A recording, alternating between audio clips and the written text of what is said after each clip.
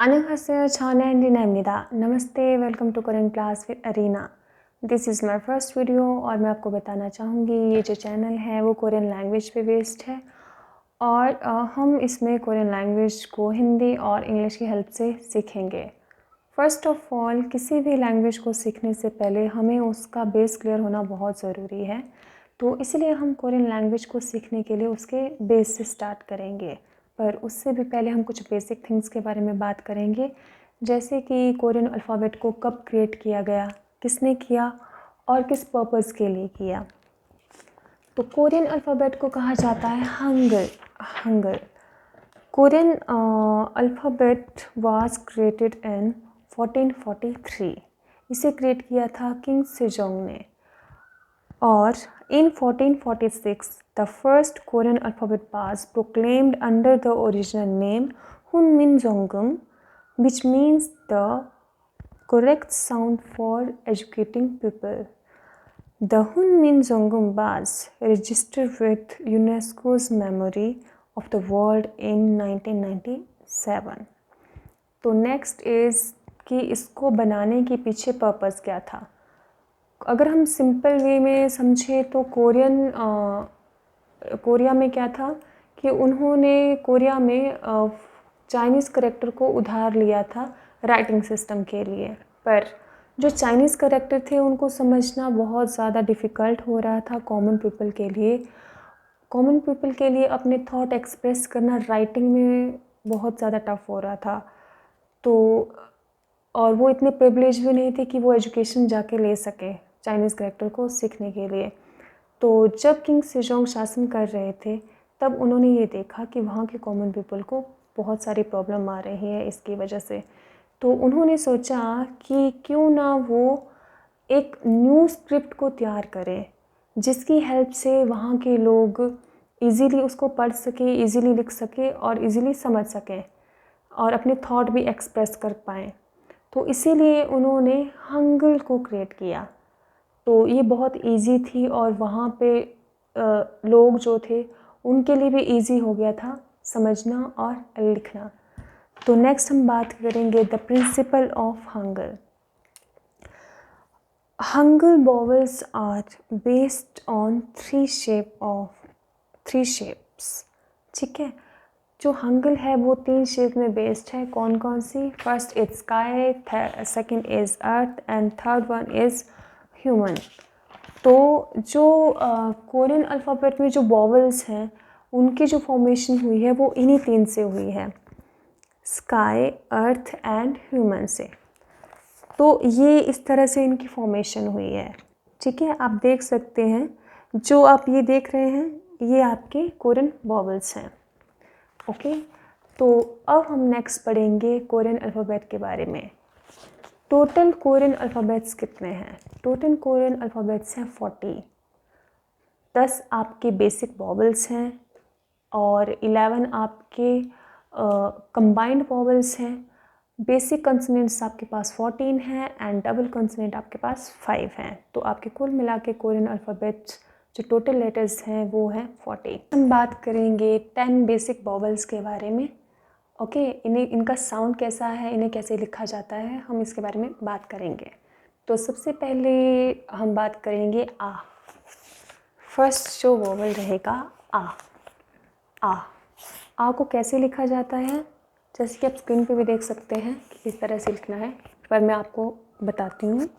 Uh like this and this is आ, this is आ। Okay, आ को आप ऐसे नहीं लिख सकते, ये गलत हो जाएगा।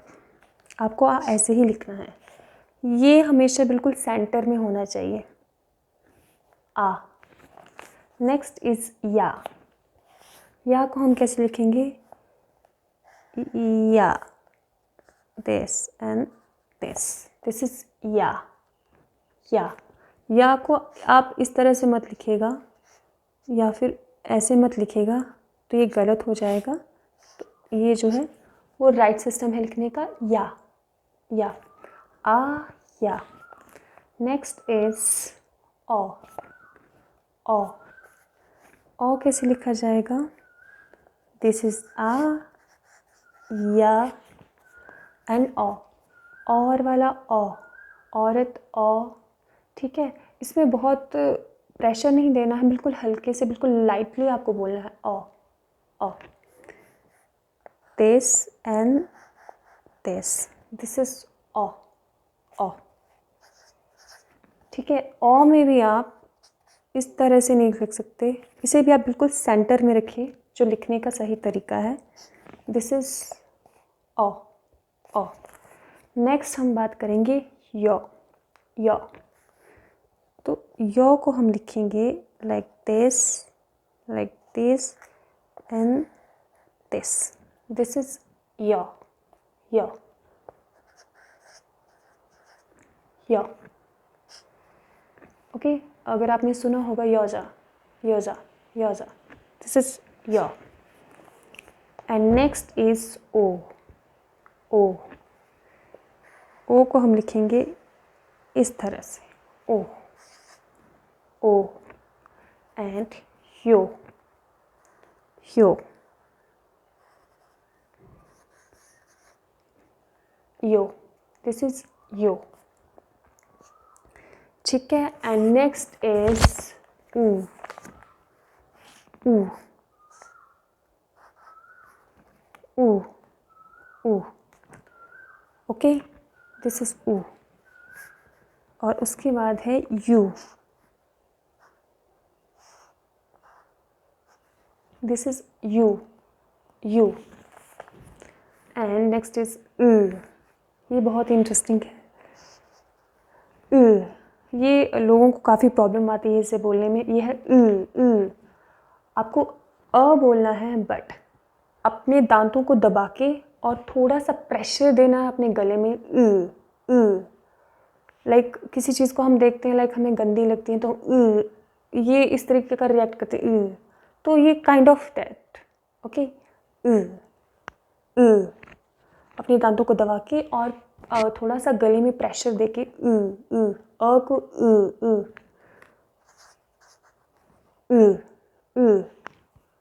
ओके।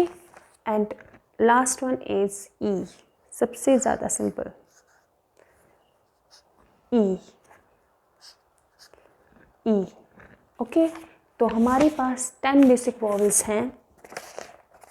आ, या, ओ, यो, ओ, यो, ऊ, यू, ई, ओके। आपको जब तक आप प्रैक्टिस नहीं करोगे तब तक आपको ये याद भी नहीं होंगे, आप बोल नहीं पाओगे। इसीलिए जितना लिखोगे, जितना बोलोगे, उतना जल्दी आपको ये लर्न होगा, ठीक है। और सबसे बड़ी बात, हम कभी भी, फॉर एग्ज़ाम्पल मैं आई लिख रही हूँ, आई, हम कभी भी वॉवल्स को अकेले नहीं लिखते। तो हम हमेशा जब हम लिखते हैं वॉवल्स को, फॉर एग्ज़ाम्पल हम कभी भी वॉवल को अकेला नहीं लिख सकते। फॉर एग्ज़ाम्पल आई, तो मैं आई, ये इस तरह से अकेले नहीं लिखा जाता। लिखने के लिए हमेशा वॉवल्स के साथ लगता है young, young, this is young. ये हमारा आ, ओके। हम कभी भी जब हम लिखेंगे कोई सेंटेंस, कुछ भी लिख रहे होंगे कोरियन लैंग्वेज में, तो हम आ को कभी अकेला नहीं लिखेंगे, ठीक है। तो ये हमेशा इसके आगे लगता है। ये कॉन्सोनेंट है यंग, ये इसके आगे है, इसका कोई साउंड नहीं होता। अगर ये फर्स्ट पोजीशन और सेकंड मिडिल पोजीशन में है तो इसका साउंड, ये साइलेंट होता है, इसका कोई साउंड नहीं होता। तो हमेशा जब भी हम लिखेंगे, फॉर एग्जांपल मैं आई लिख रही हूँ, आई, तो मैं आई इस तरह से नहीं लिखूँगी, आ और ये ई है आई, तो ये ऐसे नहीं लिखा जाएगा। ये हमेशा लिखा जाएगा इस तरह से, इस तरह से। दिस इज आई, आई। कोई भी वॉवल्स, कोरियन वॉवल्स अकेला नहीं लिखा जाता, उससे पहले यंग आता है जो कि साइलेंट होता है। तो दिस इज आई। हम आगे पढ़ेंगे कि कैसे कंबाइंड किया जाता है, ठीक है, पर हम वो पढ़ेंगे कॉन्सोनेंट पढ़ने के बाद। तो ये लिखा जाता है आई। तो किस तरह से लिखा जाता है? Like this. दिस इज आ, या, ओ, यो, ओ, यो, उ, यू, ई। इस तरीके से हम कोरियन वोवेल्स को लिखते हैं। टाइम शॉर्टेज की वजह से हम आज बेसिक कॉन्सोनेंट्स नहीं पढ़ेंगे। हम नेक्स्ट वीडियो में पढ़ेंगे बेसिक कॉन्सोनेंट्स के बारे में और कैसे कंबाइन किया जाता है वोवेल के साथ, कैसे उसमें कैसे वर्ड बनाया जाता है, वो हम नेक्स्ट वीडियो में देखेंगे। तो 감사합니다. Stay tuned. 안녕히 계세요.